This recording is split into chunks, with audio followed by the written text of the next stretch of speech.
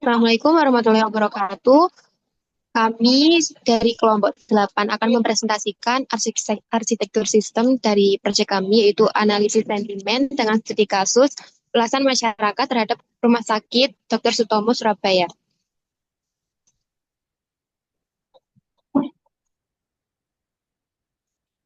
Berikut adalah tampilan dari arsitektur sistem kami. Next slide.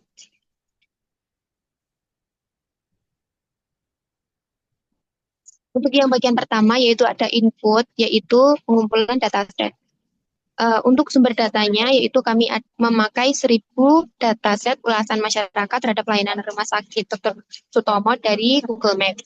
Jadi, kami menggunakan metode web scraping untuk mengumpulkan datanya dari Google Maps. Dan untuk tampilan dari dataset kami yaitu sebagai berikut.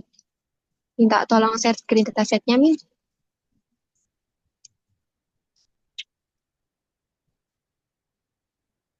Dari dataset ini ada beberapa kolom, dan yang kami pakai untuk analisis sentimen yaitu snippet sama local guide. Sudah, minta tolong kembali ke PPT. Untuk tahapan selanjutnya setelah input data yaitu ada pre-processing.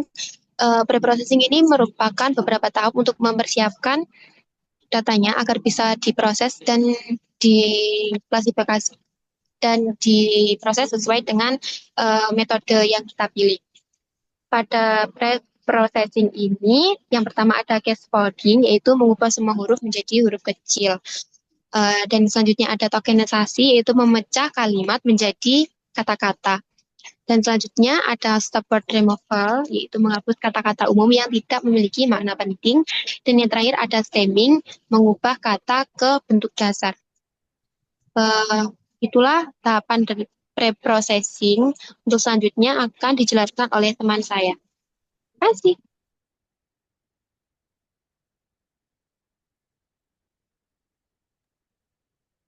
Baik, terima kasih.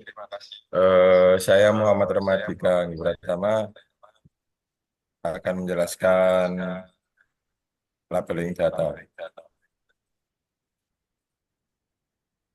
Untuk labeling data, setiap ulasan diberi label sentimen, yaitu ada 3 label, positif, negatif, dan netral. Untuk positif menunjukkan kepuasan, untuk mengandung keluhan atau ketidakpuasan. Untuk yang terakhir netral, tidak membuat emosi yang kuat. Untuk contohnya yaitu dokternya ramah dan cepat, itu termasuk tanggapan positif. Dan untuk tanggapan negatif yaitu parkirannya sempit dan susah. Dan untuk yang terakhir yaitu netral, rumah sakit besar di Surabaya. Lanjut Yasmin. Dan selanjutnya yaitu vektorisasi, mengubah data teks menjadi representasi numerik agar bisa diproses oleh algoritma machine learning. Metodenya ada DF atau konvektoris, digunakan untuk mengubah kata menjadi vektor angka.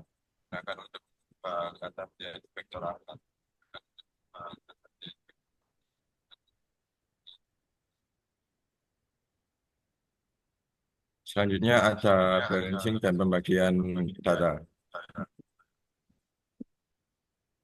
Balancing dan pembagian data mengatasi ketidakseimbangan jumlah data tiap kelas, yaitu positif, negatif, dan netral, dengan teknik oversampling.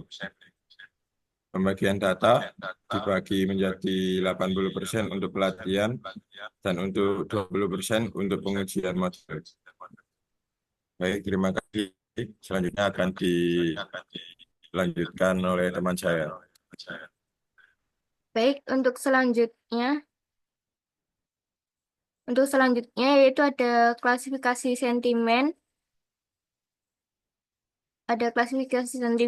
algoritma SVM, menggunakan algoritma SVM untuk klasifikasi tes ke dalam menjadi positif, negatif, dan juga netral. Lalu SVM itu juga efektif dalam menangani data teks dan memisahkan kelas dengan margin optimal. Untuk selanjutnya yaitu ada evaluasi dan output system. Output sistemnya itu berupa prediksi sentimen setiap ulasan menjadi positif, negatif, dan juga netral. Lalu kemudian eh, ada evaluasi kinerja model dengan akurasi itu misal contoh seperti 87,5%. Lalu ada precision, recall, dan F1 score untuk masing-masing kelas. Untuk presisi sendiri, itu dari semua teks yang diklasifikasikan menjadi positif, beberapa banyak yang benar-benar positif. Untuk recall, itu dari semua teks positif yang sebenarnya, beberapa banyak yang diklasifikasikan dengan benar sebagai positif. Untuk F1 score-nya itu pencarian yang baik dari presisi dan recall. Nah, di sini ada contoh hasilnya, misal ini ada pelayan sangat membantu, itu termasuk sentimen yang positif.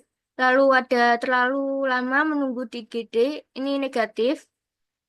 Kemudian ada rumah sakit terletak di pusat kota, itu termasuk sentimen yang netral.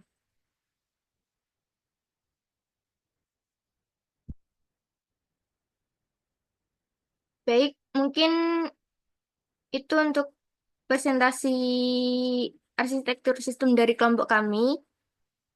Apabila ada salah kata atau kekurangannya, kami mohon maaf. Terima kasih. Wassalamualaikum warahmatullahi wabarakatuh.